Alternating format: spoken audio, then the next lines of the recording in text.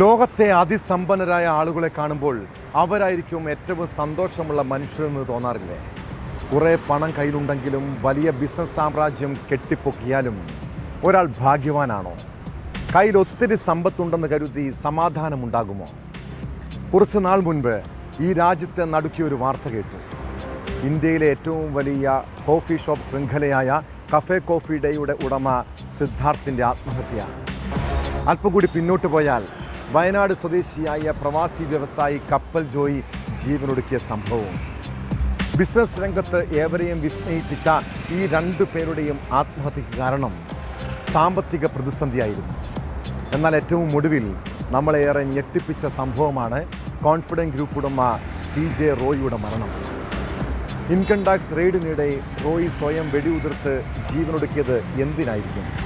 വിശദമായി പരിശോധിക്കുകയാണ് police petrol. സ്വാഗതം.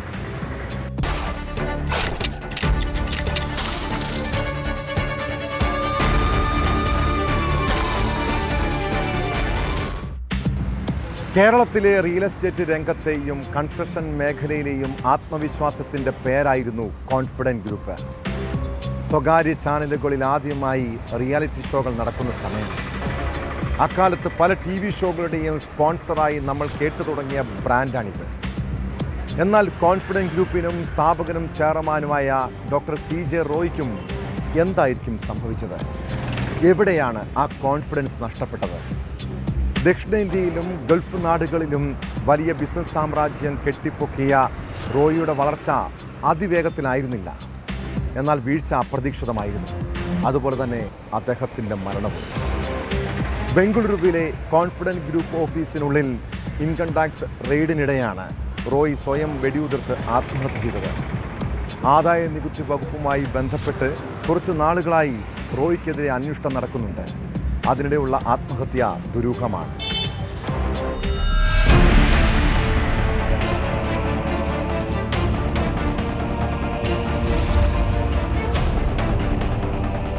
നികുതി വെട്ടിപ്പ് ആരോപണങ്ങളെ തുടർന്ന് കോൺഫിഡൻറ്റ് ഗ്രൂപ്പ് ഓഫീസുകളിലും CJ റോയുടെ വസതികളിലും ആദായ നികുതി വകുപ്പ് പരിശോധന നടത്തിവരുന്നതിനിടെ വൈകിട്ട് 3:15 ദാരുണ സംഭവം. കഴിഞ്ഞ 3 ദിവസങ്ങളിലായി കേരളത്തിൽ നിന്നുള്ള ഉദ്യോഗസ്ഥരാണ് പരിശോധന നടത്തിവന്നത്. കൊച്ചിയിൽ നിന്നുള്ള ഇൻകം ടാക്സ് സംഘം രാവിലെ 10 മണിയോടെയാണ് റെയ്ഡ് ആരംഭിച്ചത്. ഉച്ചയോടെ CJ റോയെ കോർപ്പറേറ്റ് ഓഫീസിലേക്ക് വിളിച്ചു വരുത്തി ഉദ്യോഗസ്ഥർ വ്യക്തത തേടാൻ ശ്രമിച്ചു. മൊബൈൽ ഫോൺ അടക്കം ഉദ്യോഗസ്ഥർ പിടിച്ചുവാങ്ങിയിരുന്നു. പരിശോധനകൾക്കിടെ അമ്മയെ വിളിക്കാൻ എന്ന പേരിൽ ഫോൺ വാങ്ങി റോയ് കെട്ടിടത്തിന്റെ മുകൾ നിലയിലേക്ക് പോവുകയായിരുന്നു. ഇതിനിടെ കയ്യിൽ സൂക്ഷിച്ച തോക്കുപയോഗിച്ച് വെടിയുതിർത്തു. വലത് കൈയിൽ പിടിച്ച തോക്കുപയോഗിച്ച് ഇടത് നെഞ്ചിലേക്കാണ് നിറയൊഴിച്ചത്. ഉടൻ തന്നെ HSR ലേഔട്ടിലെ നാരായണ ഹോസ്പിറ്റലിൽ എത്തിച്ചെങ്കിലും ജീവൻ രക്ഷിക്കാനായില്ല. Today in the Ashok Nagar police station limits, around 3 to 3:15, we got an information that a self-shooting incident has happened, wherein the Confident Group, the chairman and founder, Shri CJ Roy, shot himself dead. Initial reports say that he has shot himself. It is subject of inquiry and investigation. A case is being registered in the Ashok Nagar police station. As of now, the initial reports say that since last 2 to 3 days, the income tax team were having raid was going on, searches and inquiry was going on, but we are yet to verify all the details. പലതവണ income tax raid നടന്നതിനെതിരെ CJ Roy കോടതിയെ സമീപിച്ചിരുന്നു. Real estate വ്യവസായ മേഖലയിൽ വലിയ ഞെട്ടലുണ്ടാക്കുന്നതാണ് CJ റോയുടെ ആത്മഹത്യ. റെയ്ഡിനിടെ ഉദ്യോഗസ്ഥർ റോയിയെ ചോദ്യം ചെയ്തിരുന്നു. കേരളത്തിനകത്തും പുറത്തും ഗൾഫിലുമായി നിരവധി സംരംഭങ്ങളുള്ള റോയ് തൃശൂർ സ്വദേശിയാണ്. കേരളം, കർണാടക, തമിഴ്നാട് ഉൾപ്പെടെ ഇന്ത്യയിലെ വിവിധ സംസ്ഥാനങ്ങളിലും UAE-യിലുമായി റിയൽ എസ്റ്റേറ്റ് മേഖലയിൽ സജീവ സാന്നിധ്യമായിരുന്നു. റിയൽ എസ്റ്റേറ്റ് കൂടാതെ ഹോസ്പിറ്റാലിറ്റി, ഏവിയേഷൻ, എന്റർടൈൻമെന്റ്, വിദ്യാഭ്യാസം, ഗോൾഫിംഗ്, റീറ്റെയിൽ, ഇന്റർനാഷണൽ ട്രേഡിംഗ് തുടങ്ങിയ മേഖലകളിലും CJ റോയ് പ്രവർത്തിച്ചു. സിനിമാ നിർമ്മാണത്തിലും റോയ് സാന്നിധ്യമറിയിച്ചു. മോഹൻലാലിനെ നായകനാക്കി റോഷൻ ആൻഡ്രൂസ് സംവിധാനം ചെയ്ത കാസനോവ എന്ന ചിത്രത്തിലൂടെയാണ് കോൺഫിഡൻറ്റ് ഗ്രൂപ്പ് സിനിമാ നിർമ്മാണ രംഗത്തേക്ക് കടന്നുവരുന്നത്. പിന്നീട് സിദ്ദിഖ് സംവിധാനം ചെയ്ത ലേഡീസ് ആൻഡ് ജെന്റിൽമാൻ എന്ന ചിത്രവും നിർമ്മിച്ചു. 2013 ചിത്രം പുറത്തിറങ്ങിയത്. ഭാവനയുടെ കരിയറിലെ 90ാം ചിത്രം എന്ന വിശേഷണത്തോടെ എത്തുന്ന അനോമി എന്ന ചിത്രത്തിന്റെ നിർമ്മാണ പങ്കാളി കൂടിയായിരുന്നു CJ റോയ്. വെള്ളിമൂങ്ങ എന്ന ചിത്രത്തിലൂടെ ശ്രദ്ധേയനായ ജിബു ജേക്കബ് ഒരുക്കിയ സുരേഷ് ഗോപി ചിത്രം മേഹു മൂസ എന്ന ചിത്രവും മരക്കാർ അറബിക്കടലിന്റെ സിംഹം എന്ന ചിത്രത്തിന്റെ നിർമ്മാണ പങ്കാളിത്തവും CJ റോയ് നിർവഹിച്ചിരുന്നു. കഴിഞ്ഞ വർഷം പുറത്തിറങ്ങിയ ടോവിനോ തോമസ് നായകനായി എത്തിയ ഐഡന്റിറ്റി എന്ന ചിത്രത്തിന്റെ സഹനിർമ്മാതാവ് കൂടിയായിരുന്നു CJ റോയ്.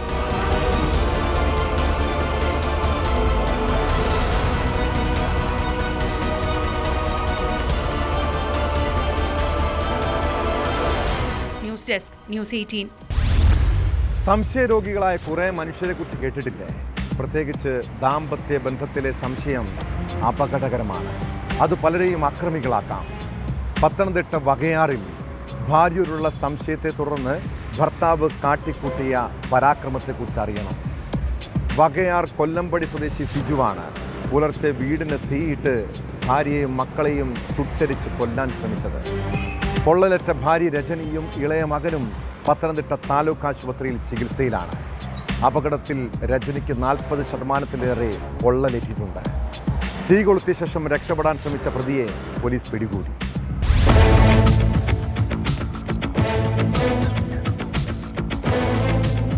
രജനിയുടെയും സിജുവിന്റെയും രണ്ടാം വിവാഹമായിരുന്നു. വിവാഹശേഷം ഇരുവരും വാടക വീട്ടിലാണ് താമസിച്ചിരുന്നത്. രാത്രിയിൽ വീട്ടുകാർ ഉറങ്ങാൻ കിടന്ന സമയത്താണ് പുലർച്ചെ സിജു വീടിനെത്തിയിട്ടത്.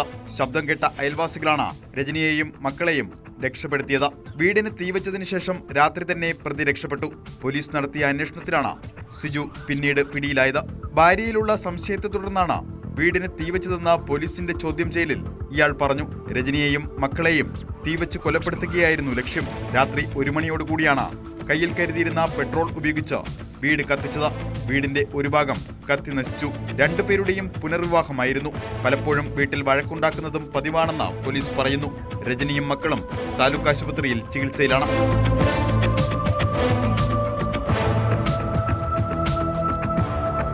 ന്യൂസ് 18 പത്തനംതിട്ട. ഒരുമിച്ച് ജീവിക്കാൻ കഴിഞ്ഞില്ലെങ്കിൽ മരിക്കാനുള്ള തീരുമാനം. എന്നാൽ ആ സമയം തോന്നിയ അബദ്ധം, അതാണ് കാമുകിയുടെ ജീവനെടുത്തത്. മരിക്കാൻ സാധിക്കാത്തതിൽ തനിക്ക് കുറ്റബോധമുണ്ട്. കോഴിക്കോട് എലത്തൂരിൽ പെൺസുഹൃത്തിനെ കൊലപ്പെടുത്തിയ കേസിൽ പ്രതി വൈശാഖിന്റെ ഈ മൊഴികൾ വിശ്വസനീയമാണ്.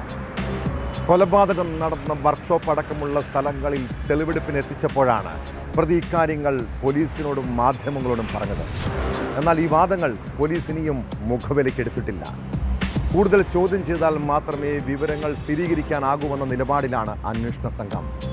ഇതിൻ്റെ ഭാഗമായി വരും ദിവസങ്ങളിൽ വൈശാഖിൻ്റെയും ഭാര്യയുടെയും മൊഴികൾ പ്രത്യേകമായും ഒന്നിച്ചും രേഖപ്പെടുത്തും. അതിനിടെ പ്രതിയും യുവതിയും ഒന്നിച്ച് വർക്ക്ഷോപ്പിലേക്ക് പോകുന്നതും കൊലപാതകത്തിന് ശേഷം മൃതദേഹം പുറത്തേക്ക് എത്തിച്ച് കാറിൽ കയറ്റുന്നതുമായ ദൃശ്യങ്ങൾ കേസിൽ നിർണായകമാണ്.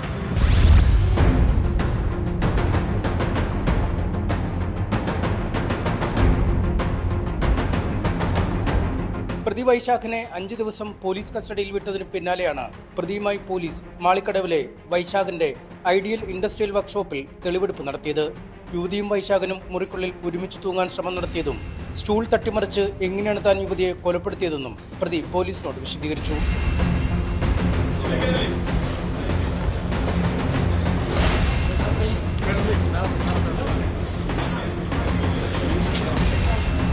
യുവതിക്ക് നൽകാൻ ഉറക്കഗുളിക വാങ്ങിയ മെഡിക്കൽ ഷോപ്പ്, ഗുളിക മിശ്രിതമാക്കാൻ ഉപയോഗിച്ച ജ്യൂസ് വാങ്ങിയ കട എന്നിവിടങ്ങളിലും പോലീസ് പ്രതിയുമായി തെളിവെടുപ്പിനെത്തി.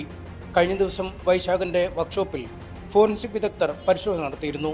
യുവതിയുടെ കഴുത്തിലെ കയർ മുറിച്ച് താഴെയിറക്കി കിടത്തിയ സ്ഥലത്തെ മണ്ണും വൈശാഖൻ ഉപയോഗിച്ചിരുന്ന ടവൽ തുടങ്ങിയ വസ്തുക്കളും യുവതിക്ക് നൽകിയ ഉറക്കഗുളിയുടെ അംശവും സ്ഥലത്തു നിന്നും കണ്ടെത്തിയിരുന്നു.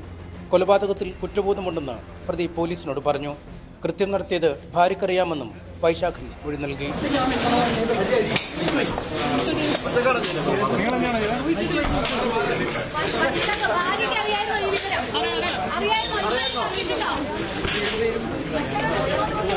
യുവതിയെ കൊലപ്പെടുത്തിയ ശേഷം ഭാര്യയെ വിളിച്ചു വരുത്തി കാറിൽ കയറ്റി ആശുപത്രിയിലേക്ക് കൊണ്ടുപോകുന്ന CCTV ദൃശ്യം പുറത്തു വന്നിരുന്നു.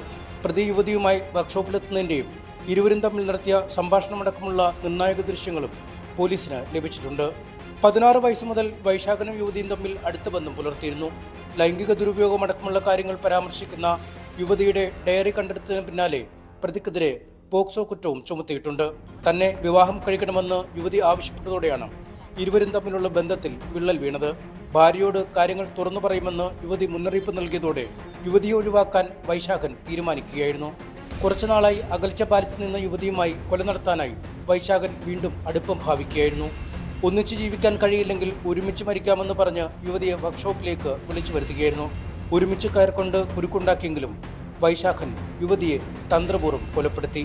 മൃതദേഹത്തിലും ലൈംഗികാതിക്രമം നടത്തിയിരുന്നു.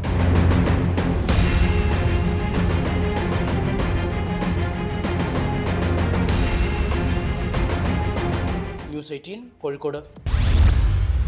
വൃദ്ധ മാതാപിതാക്കളെ നോക്കാനും പരിചരിക്കാനും ഇപ്പോൾ പല വീടുകളിലും ഹോം നേഴ്സുമാരെയാണ് നിയമിക്കാറുള്ളത്. അതിൽ സേവന സന്നദ്ധരായ നല്ല ആളുകളുണ്ട്. എന്നാൽ അപരിചിതരായ ആളുകൾ വീട്ടിൽ ജോലിക്ക് വരുമ്പോൾ അല്പം ശ്രദ്ധയും ജാഗ്രതയും പുലർത്തുന്നത് നല്ലതാണ്. കാരണം വീട്ടുകാരുടെ വിശ്വാസം നേടിയെടുത്ത ശേഷം അവർ എന്ത് വൃത്തികേട് കാട്ടാനും മടിക്കില്ല. കോട്ടയം പാലായിൽ ഭർത്തൃപിതാവിനെ പരിചരിക്കാനെത്തിയ ഹോം നേഴ്സാണ് യുവതിയെ പീഡിപ്പിച്ചത്. പാലാ സ്വദേശിനിയായ വ്യാപാര സ്ഥാപന ഉടമ ഹോം നേഴ്സിനെതിരെ പരാതി നൽകി. നേഴ്സിന് പുറമെ ഭർത്താവിൻ്റെ സുഹൃത്തും തന്നെ ഉപദ്രവിക്കാൻ ശ്രമിച്ചതായി യുവതിയുടെ പരാതിയിൽ പറയുന്നു.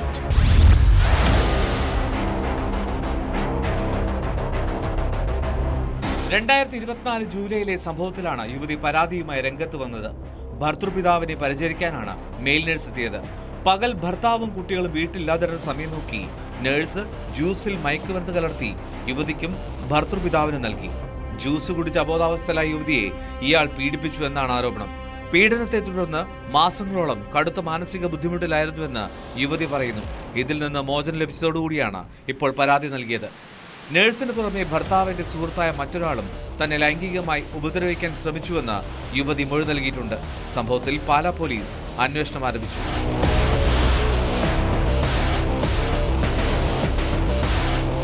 ന്യൂസ് 18 പാലാ. പോലീസിനെ പരസ്യമായി നടുറോഡിൽ വെച്ച് തല്ലുന്നതും ആക്രമിക്കുന്നതുമൊക്കെ ചില സിനിമകളിൽ കണ്ടിട്ടുണ്ടല്ലേ? എന്നാൽ കൊല്ലം കൊട്ടാരക്കരയിൽ സിനിമയെ പോലും വെല്ലുന്നൊരു കാഴ്ച. കാറിൽ മദ്യപിച്ചെത്തിയ കാപ്പ കേസ് പ്രതിയും കൂട്ടാളിയും ചേർന്ന് പോലീസിനെ ക്രൂരമായി തല്ലിച്ചതച്ചു. കാറിൽ നിന്നും പുറത്തിറങ്ങിയ പ്രതികൾ എസ്ഐയുടെ കഴുത്തിന് പിടിച്ചാക്രമിക്കുകയായിരുന്നു. പരസ്യ മദ്യപാനം ചോദ്യം ചെയ്തതിനെ തുടർന്നാണ് എസ്ഐ ഉൾപ്പെടുന്ന സംഘത്തിനു നേരെ ആക്രമണമുണ്ടായത്. മർദ്ദനത്തിൽ പരിക്കേറ്റ 2 പോലീസുകാർ ആശുപത്രിയിൽ ചികിത്സയിലാണ്.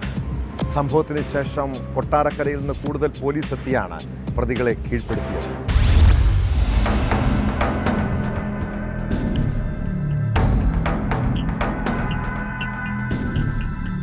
Kottarakkara control room sub inspector രാജേഷിനും ഡ്രൈവർ നിക്സനുമാണ് ആക്രമണത്തിൽ പരിക്കേറ്റത്.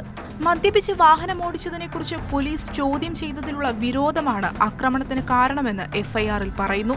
കൊല്ലം സ്വദേശികളായ പ്രതികളെ കസ്റ്റഡിയിലെടുത്ത ശേഷവും ലോക്കപ്പിനുള്ളിൽ അസഭ്യവർഷം തുടർന്നു.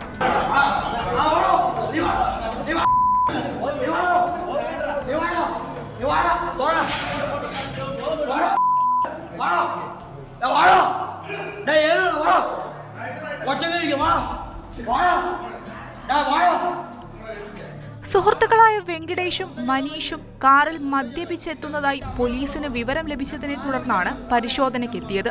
Control room sub inspector Rajesh, driver Nixon എന്നിവർ ചേർന്ന് പ്രതികൾ സഞ്ചരിച്ചിരുന്ന കാർ കൈകാണിച്ചു നിർത്തുകയായിരുന്നു. തുടർന്നുള്ള പരിശോധനയിൽ പ്രകോപിതരായ പ്രതികളിൽ ഒരാൾ എസ്ഐയെ അസഭ്യം വിളിക്കുകയും യൂണിഫോം വലിച്ചു കീറുകയും ചെയ്തു. കാറിൽ നിന്നും പുറത്തിറങ്ങിയ പ്രതികൾ എസ്ഐയുടെ കഴുത്തിന് പിടിച്ച് ആക്രമിക്കുകയായിരുന്നുവെന്ന് എഫ്ഐആറിൽ പറയുന്നു.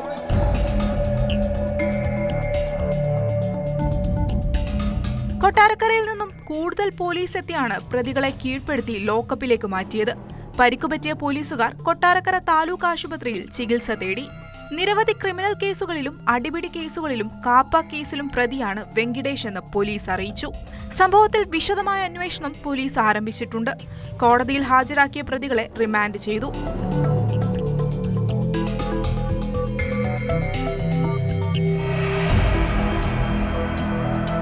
ന്യൂസ് 18 കൊട്ടാരക്കര. നമ്മുടെ നാട്ടിൽ ഉത്സവത്തിനും പെരുന്നാളിനും ഇടെ അക്രമ സംഭവങ്ങൾ അരങ്ങേറാറുണ്ട്. എന്നാൽ പോലീസ് അവിടെ എത്തിയാൽ ആളുകൾ പൊതുവെ ശാന്തമാകും. അവിടെ പ്രശ്നം അവസാനിക്കുന്നതാണ് പതിവ്. എന്നാൽ തിരുവനന്തപുരം നഗരൂരിൽ ക്ഷേത്രത്തിലെ നാടൻ പാട്ടുമായി ബന്ധപ്പെട്ടുണ്ടായ സംഘർഷത്തിനിടെ എസ്ഐയും സംഘവും സ്ഥലത്തെത്തി. സാധാരണ കാക്കിയിട്ടവരെ കാണുമ്പോൾ ചിതറിയോടുന്നവർ ഇത്തവണ അനങ്ങിയില്ല. കാരണം അവിടെ ആക്രമണത്തിന് നേതൃത്വം നൽകിയത് മറ്റൊരു പോലീസുകാരനാണ്. പള്ളിക്കൽ പോലീസ് സ്റ്റേഷനിലെ CPO നന്ദുവും സംഘവും ചേർന്ന് നഗരൂർ SI ഉൾപ്പെടെ 3 ഉദ്യോഗസ്ഥരെ ക്രൂരമായി മർദ്ദിച്ചു. കേസിൽ വെള്ളലൂർ സ്വദേശികളായ നന്ദു, ആരോമൽ, ആദിത്യൻ എന്നിവരെ പോലീസ് അറസ്റ്റ് ചെയ്തു. നന്ദുവിനെതിരെ വകുപ്പ് തല നടപടിയും ഉണ്ടാകുമെന്നാണ് സൂചന.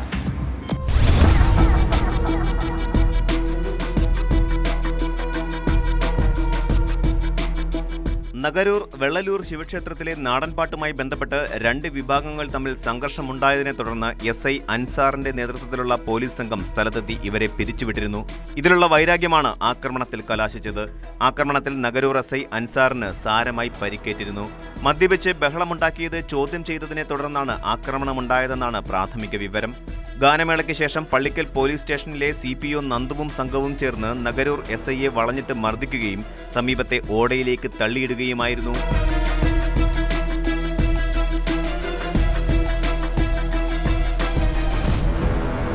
കൂടുതൽ പോലീസ് സ്ഥലത്തെത്തിയാണ് പ്രതികളെ കസ്റ്റഡിയിലെടുത്തത്. CPO ചന്തു ഉൾപ്പെടെ 3 പേരെ പോലീസ് അറസ്റ്റ് ചെയ്തു. ചന്തുവിനെ കൂടാതെ സഹോദരൻ ആരോമൽ, ആദിത്യൻ എന്നിവരാണ് പിടിയിലായത്. കോടതിയിൽ ഹാജരാക്കിയ പ്രതികളെ റിമാൻഡ് ചെയ്തു.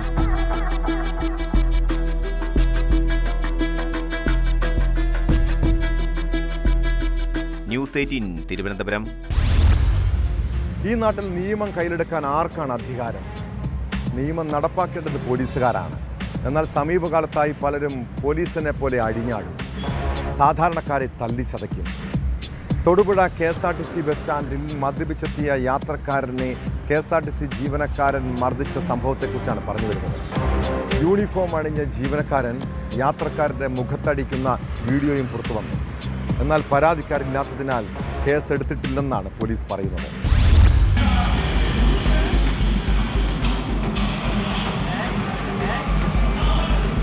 കഴിഞ്ഞ ദിവസം വൈകിട്ട് അടിമാലി ഭാഗത്ത് നിന്ന് തൊടുപുഴയിലേക്കുള്ള ബസ്സിൽ മദ്യപിച്ച് യാത്ര ചെയ്തയാൾ സഹയാത്രക്കാരുമായി വാക്കേറ്റമുണ്ടാക്കുകയായിരുന്നു. ബസ് തൊടുപുഴ സ്റ്റാൻഡിലെത്തിയപ്പോൾ മദ്യപിച്ചയാൾ കയ്യേറ്റ ശ്രമവും നടത്തി. ഇതിനിടെ യൂണിഫോം ധരിച്ചെത്തിയ ജീവനക്കാരൻ യാത്രക്കാരന്റെ മുഖത്തടിക്കുന്ന ദൃശ്യമാണ് സമൂഹ മാധ്യമങ്ങളിൽ പ്രചരിക്കുന്നത്. പിന്നാലെ മറ്റൊരു യാത്രക്കാരനും മദ്യപിച്ചയാളെ മർദ്ദിക്കുന്നുണ്ട്. പിന്നീടെത്തിയ പോലീസ് സംഘം യാത്രക്കാരനെ അനുനയിപ്പിച്ച് പറഞ്ഞുവിടുകയായിരുന്നു. ദൃശ്യങ്ങൾ വ്യാപകമായി പ്രചരിച്ചിട്ടും പരാതി ലഭിക്കാത്തതുകൊണ്ട് കേസ് എടുത്തിട്ടില്ല എന്നാണ് പോലീസ് പറയുന്നത്. എന്നാൽ ജീവനക്കാർ മർദ്ദിച്ചിട്ടില്ലെന്നും യാത്രക്കാർ തമ്മിലാണ് പ്രശ്നമുണ്ടായതെന്നുമാണ് KSRTC ഡിപ്പോ അധികൃതരുടെ വിശദീകരണം. ന്യൂസ് 18 തൊടുപുഴ. വാർദ്ധക്യകാലത്തെ ഒറ്റപ്പെടൽ വല്ലാത്തൊരു വേദനയാണ്. പ്രായമായി കഴിയുമ്പോൾ ആരോരും നോക്കാനില്ലെന്ന് തോന്നൽ ചിലരെ വിഷാദ രോഗികളാക്കാം. പിന്നെ ആർക്കും ഒരു ബുദ്ധിമുട്ടാകരുതെന്ന് കരുതി മരണത്തെക്കുറിച്ച് പോലും അവർ ചിന്തിക്കും. തൃശൂർ മുള്ളൂർക്കരയിൽ അവിവാഹിതരായ 3 സഹോദരിമാർ ജീവനൊടുക്കാൻ തീരുമാനിച്ചത് വാർദ്ധക്യ സംബന്ധമായ പ്രതിസന്ധികളെ തുടർന്നാണ്. വീടിനുള്ളിൽ അവശനിലയിൽ കണ്ടെത്തിയ 3 സഹോദരിമാരിൽ ഒരാൾ മരിച്ചു. മണ്ഡലംകുന്ന് സ്വദേശിനിയും 75-കാരിയുമായ സരോജിനിയാണ് മരിച്ചത്. 83ഉം 80ഉം വയസ്സുള്ള മറ്റ് 2 സഹോദരിമാർ ചികിത്സയിലാണ്. പ്രിയപ്പെട്ട മാതാപിതാക്കളെ, നിങ്ങളെ നോക്കാൻ ആരുമില്ലെന്ന് കരുതി വെറുതെ നിരാശപ്പെട്ട് ജീവിതം അവസാനിപ്പിക്കാൻ വരട്ടെ. ഈ നാട്ടിൽ വൃദ്ധസദനങ്ങളും റിട്ടയർമെൻറ്റ് ഹോമുകളുമുണ്ട്. അവിടെ സന്തോഷത്തോടെ ജീവിതം ആസ്വദിക്കാൻ കഴിയും.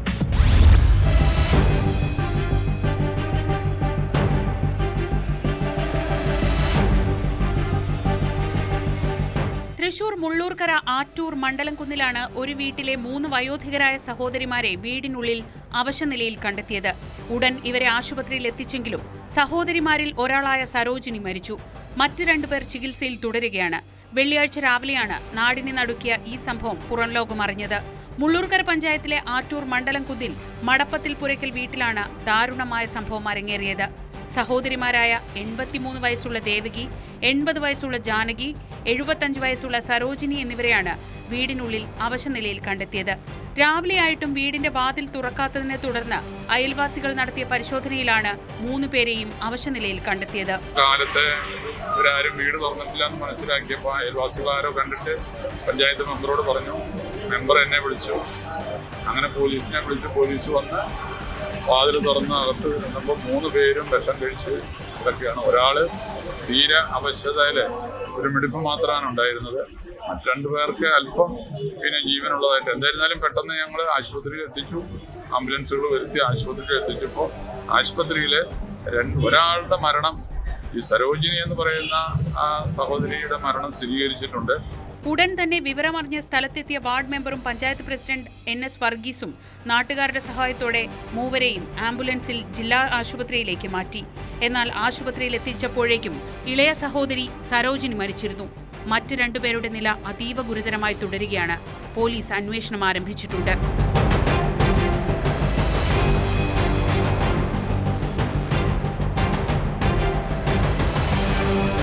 ന്യൂസ് 18 തൃശൂർ. നടിയെ ആക്രമിച്ച കേസിൽ ഒന്നാം പ്രതി പൾസർ സുനിക്ക് ശിക്ഷ വിധിച്ചെങ്കിലും അതിജീവിതയ്ക്ക് നീതി കിട്ടിയില്ലെന്ന പൊതുവികാരമുണ്ട്. അതിനാൽ തന്നെ നിയമ പോരാട്ടങ്ങൾ ഇവിടെയൊന്നും അവസാനിക്കുന്നില്ല. ദിലീപ് ഉൾപ്പെടെയുള്ള പ്രതികളെ വെറുതെ വിട്ട നടപടിക്കെതിരെ പ്രോസിക്യൂഷൻ അപ്പീൽ നൽകുന്നതിനെക്കുറിച്ച് ആലോചിക്കുമ്പോൾ തന്നെ പ്രതികളും തന്ത്രങ്ങൾ മെനയുകയാണ്. കേസിൽ ശിക്ഷ വിധിച്ച വിചാരണ കോടതി വിധിക്കെതിരെ ഒന്നാം പ്രതി പൾസർ സുനി ഹൈക്കോടതിയിൽ അപ്പീൽ നൽകി. നടിയെ ആക്രമിച്ച ദൃശ്യം പകർത്തിയെന്ന് പറയപ്പെടുന്ന മൊബൈൽ ഫോൺ ഇതുവരെയും കണ്ടെത്തിയിട്ടില്ലെന്നും ഫോൺ കണ്ടെത്താതെ ദൃശ്യങ്ങൾ പകർത്തിയെന്ന് പറയുന്നത് നിയമപരമായി നിലനിൽക്കില്ല എന്നുമാണ് വാദം. കേസിൽ 20 വർഷം കഠിന തടവിനാണ് പൾസർ സുനിയെ ശിക്ഷിച്ചത്.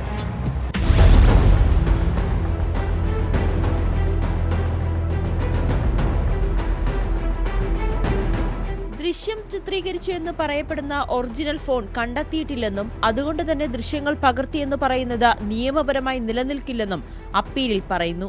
കൃത്യത്തിന് ഉപയോഗിച്ചു എന്ന് പറയുന്ന ഫോണിലെ സിം കാർഡ് മറ്റൊരു വ്യക്തിയുടെ പേരിലാണെന്നും ഇയാളെ ഇതുവരെ പ്രതിയാക്കുകയോ ചോദ്യം ചെയ്യുകയോ ചെയ്തിട്ടില്ല. DNA പരിശോധനയ്ക്കായി സാമ്പിളുകൾ ശേഖരിച്ചതിലടക്കം കാലതാമസമുണ്ടായി. തെളിവുകളിൽ കൃത്രിമത്വം നടത്താൻ സാധ്യതയുണ്ടെന്ന വാദം വിചാരണ കോടതി മുഖവിലയ്ക്കെടുത്തില്ലെന്നും സുനിയുടെ വാദത്തിൽ പറയുന്നു. തന്നെ ഈ കേസുമായി നേരിട്ട് ബന്ധിപ്പിക്കുന്ന പ്രധാനപ്പെട്ട തെളിവുകളൊന്നും ഹാജരാക്കുവാൻ പ്രോസിക്യൂഷന് സാധിച്ചിട്ടില്ലെന്നും സുനി സമർപ്പിച്ച അപ്പീലിൽ പറയുന്നു. തനിക്കെതിരെ യാതൊരു തെളിവുമില്ലെന്ന് ചൂണ്ടിക്കാട്ടിയാണ് സുനി കോടതിയെ സമീപിച്ചിരിക്കുന്നത്. കേസിൽ 20 വർഷത്തെ കഠിന തടവാണ് പൾസർ സുനിക്ക് എറണാകുളം പ്രിൻസിപ്പൽ സെഷൻസ് കോടതി വിധിച്ചത്. നിലവിൽ 2ാം പ്രതി മാർട്ടിൻ ആന്റണി, 5ാം പ്രതി വടിവാൾ സലീം, 6ാം പ്രതി പ്രദീപ് എന്നിവർ ശിക്ഷാവിധി റദ്ദാക്കണമെന്നാവശ്യപ്പെട്ട് നൽകിയ അപ്പീലുകൾ ഹൈക്കോടതിയുടെ പരിഗണനയിലാണ്. 2017 ഫെബ്രുവരി 17-നാണ് ഓടുന്ന വാഹനത്തിൽ വെച്ച് നടി ആക്രമിക്കപ്പെട്ടത്. കേസിൽ 8ാം പ്രതിയായ ദിലീപ് അടക്കം 4 പേരെ വെറുതെ വിട്ടിരുന്നു.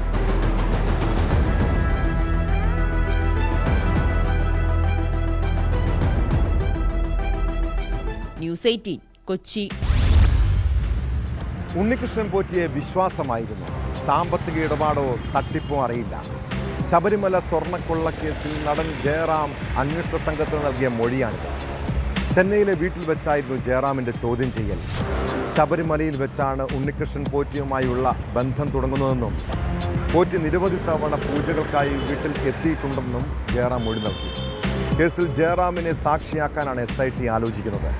അതിനിടെ മുൻ ദേവസ്വം അഡ്മിനിസ്ട്രേറ്റീവ് ഓഫീസർ S. ശ്രീകുമാറിന് ജാമ്യം ലഭിച്ചതിന് പിന്നാലെ മുൻ എക്സിക്യൂട്ടീവ് ഓഫീസർ സുധീഷ് കുമാറും കോടതിയിൽ ജാമ്യാപേക്ഷ നൽകി.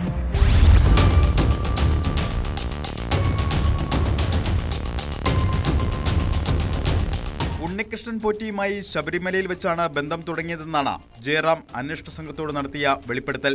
നിരവധി തവണ പൂജകൾക്കായി പോറ്റി ചെന്നൈയിലെ വീട്ടിൽ എത്തിയിട്ടുണ്ട്. തട്ടിപ്പ് നടത്തുന്ന ആളാണെന്ന് തോന്നിയിട്ടില്ലെന്നും തന്നോട് പണം ആവശ്യപ്പെട്ടിട്ടില്ലെന്നും അദ്ദേഹം പറഞ്ഞു. അതിനിടെ ശബരിമല ദ്വാരപാലക ശില്പത്തിലെ സ്വർണ്ണാപഹരണ കേസിൽ മുൻ ദേവസ്വം അഡ്മിനിസ്ട്രേറ്റീവ് ഓഫീസർ S. ശ്രീകുമാറിന് ഇന്നലെ ജാമ്യം അനുവദിച്ചിരുന്നു. കൊല്ലം വിജിലൻസ് കോടതി ജഡ്ജി ഡോക്ടർ CS. മോഹിത്താണ് ഉപാധികളോടെ ജാമ്യം നൽകിയത്. കേസിലെ 6ാം പ്രതിയാണ് ശ്രീകുമാർ. അറസ്റ്റിലായി 43ാം ദിവസമാണ് ജാമ്യം.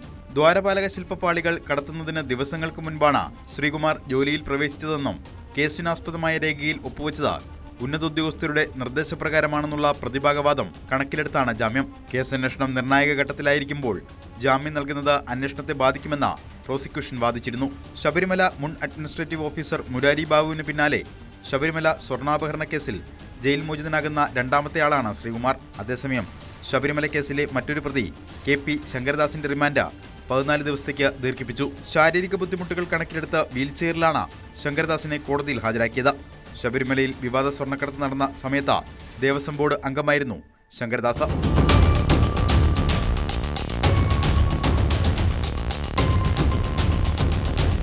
ന്യൂസ് 18 തിരുവനന്തപുരം. കുറ്റകൃത്യങ്ങളുടെ മറ്റു ചില വാർത്തകൾ ചുരുക്കത്തിൽ. വയനാട് കാരാപ്പുഴ സ്പിൽവേക്ക് സമീപം മധ്യവയസ്കൻ മരിച്ച നിലയിൽ നൂൽപ്പുഴയിൽ നിന്ന് കഴിഞ്ഞ ദിവസം കാണാതായ പുത്തൻകുന്ന് സ്വദേശി മൊയ്തീൻ കുട്ടിയുടെ മൃതദേഹമെന്നാണ് സംശയിക്കുന്നത്. പാലക്കാട് തൃത്താല കണ്ണന്നൂരിൽ പമ്പ് ഹൗസിലെ മോട്ടറിനുള്ളിൽ നിന്നും എല്ല് കഷ്ണങ്ങൾ കണ്ടെത്തി. വെള്ളത്തിന്റെ അളവിൽ വലിയ കുറവ് അനുഭവപ്പെട്ടതിനെ തുടർന്ന് നടത്തിയ പരിശോധനയിലാണ് എല്ല് കഷ്ണങ്ങൾ കണ്ടെത്തിയത്. പ്രാഥമിക പരിശോധനയിൽ ഇവ കന്നുകാലികളുടേതാണെന്നാണ് സൂചന. ഭാരതപ്പുഴയിലേക്ക് വ്യാപകമായി അറവു മാലിന്യങ്ങൾ തള്ളുന്നത് പതിവാകുന്നതാണ് ഇത്തരം സംഭവങ്ങൾക്ക് പിന്നിലെന്ന് നാട്ടുകാർ ആരോപിക്കുന്നു. ലഹരിക്കടത്ത് കേസിൽ യുവതിക്ക് 10 വർഷം കഠിന തടവ് ശിക്ഷ. പാലക്കാട് ഒലവക്കോട് സ്റ്റേഷൻ പരിസരത്ത് നിന്ന് ഹാഷിഷ് ഓയിൽ പിടികൂടിയ കേസിൽ കന്യാകുമാരി സ്വദേശിനി സിന്ധുജിക്കാണ് 10 വർഷം കഠിന തടവും 1 ലക്ഷം രൂപ പിഴയും വിധിച്ചത്. പിഴത്തുക അടച്ചില്ലെങ്കിൽ 3 മാസം അധിക തടവും വിധിച്ചിട്ടുണ്ട്. ഇതേ കേസിൽ ജാമ്യത്തിലായിരിക്കെ കഞ്ചാവ് കടത്തിയ കുറ്റത്തിനുള്ള കേസ് കന്യാകുമാരി കോടതിയുടെ പരിഗണനയിലാണ്. പെരുമ്പാവൂരിൽ അനധികൃതമായി തങ്ങിയ ബംഗ്ലാദേശ് പൗരൻ പോലീസ് പിടിയിൽ.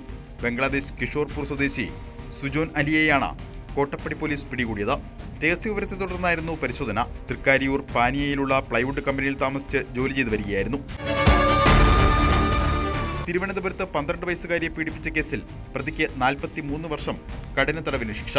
വെങ്ങാനൂർ സ്വദേശി രാജൻ 40,000 രൂപ പിഴയും അടയ്ക്കണമെന്ന് അതിവേഗ പ്രത്യേക കോടതി വിധിച്ചു. പിഴ ഒടുക്കിയില്ലെങ്കിൽ 3 മാസം കൂടുതലായി ശിക്ഷ അനുഭവിക്കണം. അതിവേഗ പ്രത്യേക കോടതി ജഡ്ജി അഞ്ജു മീര ബിർളയാണ് ശിക്ഷ വിധിച്ചത്. അനധികൃത പാർക്കിങ്ങിന് പിന്നാലെ പോലീസ് നിർദ്ദേശം അവഗണിച്ച് അപകടകരമായ നിലയിൽ കാറുമായി രക്ഷപ്പെടാൻ ശ്രമിച്ച ആൾ MDMA-യുമായി പിടിയിൽ. നല്ലളം സ്വദേശി സാജിദ് ജമാലാണ് അറസ്റ്റിലായത്. കോഴിക്കോട് ലുലു മാളിനടുത്ത സ്കൂട്ടർ സർവീസ് സെന്ററിന് സമീപം ഇയാൾ അനധികൃതമായി കാർ പാർക്ക് ചെയ്യുകയായിരുന്നു. 4 സ്ത്രീകളുടെ സ്വർണ്ണമാല കവർന്നു. ഒഴക്രോത്തുപറമ്പ് ശ്രീ തൃക്കോൾ ക്ഷേത്രത്തിൽ ഉച്ചയ്ക്ക് 1 മണിയോടെയായിരുന്നു സംഭവം. ഉത്സവത്തിന്റെ ഭാഗമായുള്ള അന്നദാനം ക്ഷേത്ര പരിസരത്ത് നടക്കുന്നതിനിടെ ഭക്ഷണം കഴിക്കാനെത്തിയ സ്ത്രീകളുടെ മാലകളാണ് മോഷ്ടാവ് കവർന്നത്. മാല നഷ്ടപ്പെട്ട കാര്യം സ്ത്രീകൾ അറിഞ്ഞത് മണിക്കൂറുകൾ കഴിഞ്ഞാണ്. കണ്ണപുരം പോലീസ് സ്ഥലത്തെത്തി അന്വേഷണം തുടങ്ങി. എല്ലാ വീടുകളിലും ഭാര്യയും ഭർത്താവും തമ്മിൽ ചെറിയ വഴക്കും പ്രശ്നങ്ങളും ഒക്കെ ഉണ്ടാകും. അങ്ങനെ പിണങ്ങിയും ഇണങ്ങിയും കഴിയുന്നതാണ് ദാമ്പത്യത്തിൻ്റെ സൗന്ദര്യം. ഇടയ്ക്ക് വഴക്കൊക്കെ ഇടണം, പക്ഷേ ആ പിണക്കം ഒരു രാത്രിക്കപ്പുറം നീണ്ടുപോകാതിരിക്കാൻ ശ്രദ്ധിക്കണം കേട്ടോ. വിട്ടുവീഴ്ചയില്ലാതെ മുന്നോട്ട് പോകുമ്പോഴാണ് കുടുംബങ്ങളിൽ കലഹവും അക്രമവും ഉണ്ടാകുന്നത്. മൂവാറ്റുപുഴയിൽ ഭാര്യയെ വീട്ടിൽ കയറി വെട്ടിക്കൊലപ്പെടുത്താൻ ശ്രമിച്ച സംഭവത്തെക്കുറിച്ചൊന്ന് പരിശോധിക്കാം. ഭാര്യ വീട്ടിൽ നിന്ന് പിരിഞ്ഞു താമസിക്കുന്നതിൻ്റെ വിരോധത്തിലാണ് മൂവാറ്റുപുഴ സ്വദേശി സജീവ് അതിക്രമം കാട്ടിയത്.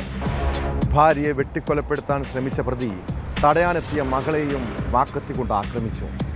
പ്രതിയെ മണിക്കൂറുകൾക്കുള്ളിൽ മൂവാറ്റുപുഴ പോലീസ് അറസ്റ്റ് ചെയ്തു. ഒന്ന് ചിന്തിച്ചേ, ഇങ്ങനെ പകവിട്ടൽ കൊണ്ട് എന്താണ് പ്രയോജനം? നിങ്ങൾക്ക് ആരെയാണ് തോൽപ്പിക്കാൻ കഴിയുന്നത്? പങ്കാളികൾ തമ്മിലുള്ള പ്രശ്നത്തിൽ ഒരേ ഒരു പരിഹാരമേ ഉള്ളൂ: പരസ്പരമുള്ള വിട്ടുവീഴ്ച. പിണങ്ങിക്കഴിയുന്ന ദമ്പതികളോട് സ്നേഹത്തോടെ പറയട്ടെ, പഴയതൊക്കെ ക്ഷമിക്കുന്നു, എല്ലാം മറക്കേ. ഇല്ലെങ്കിൽ വീട്ടിൽ വലിയ ദുരന്തങ്ങളാവും ഉണ്ടാവുക. ഇതൊരു മുന്നറിയിപ്പായി കാണണം. ഇതോടെ പോലീസ് പെട്രോൾ പൂർണ്ണമാകുന്നു. നമസ്കാരം.